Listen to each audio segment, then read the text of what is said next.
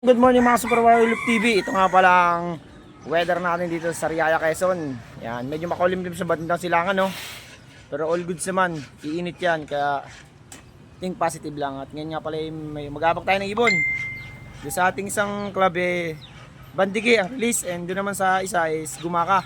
So sana yung ating 21 pigeon makompleto para sa ganun happy. Alright?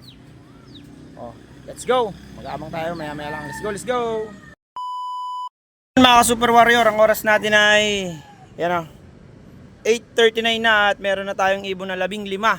So doon sa isa nating club is QPHA, meron na tayong 7 out of 8. At sa ARPQ club naman natin meron na tayong 8 out of 13. Sana makompleto pa yung mga Super Warrior natin. At na ito nga pala yung mga Super Warrior natin, oh. Yan yung mga umuwi natin. Yan sila. So ito pa iba, 15 pieces na nga yung umuwi natin. So kulang pa tayo ng 6 sa ating kinargang 21 birds. Sana makompleto pa yung mga Super Warrior natin. So abang-abang pa tayo mga Super Warrior. Let's go! Ayun mga Super Warrior, at cut off na nga tayo. At ang umuwi lang natin ibon sa 21 is naka 16 bird tayo. So ganun pa man ay masaya tayo dahil alam naman natin uuwi pa yung iba natin mga Super Warrior kasi maaga pa at malapit pa naman. So ito yung mga Super Warrior natin umuwi. Yan.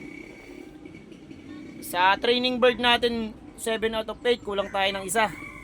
At doon naman sa mga naka-entry nating ibon na 13, kulang tayo ng 4 kasi siyam lang yung dumating at all goods naman kasi clock sila lahat. So paano mga Super Warrior? Hanggang dito lang ang ating video. Kita-kits na lang tayo sa mga susunod pang laban ng ating mga Super Warrior. So paano? Bye-bye!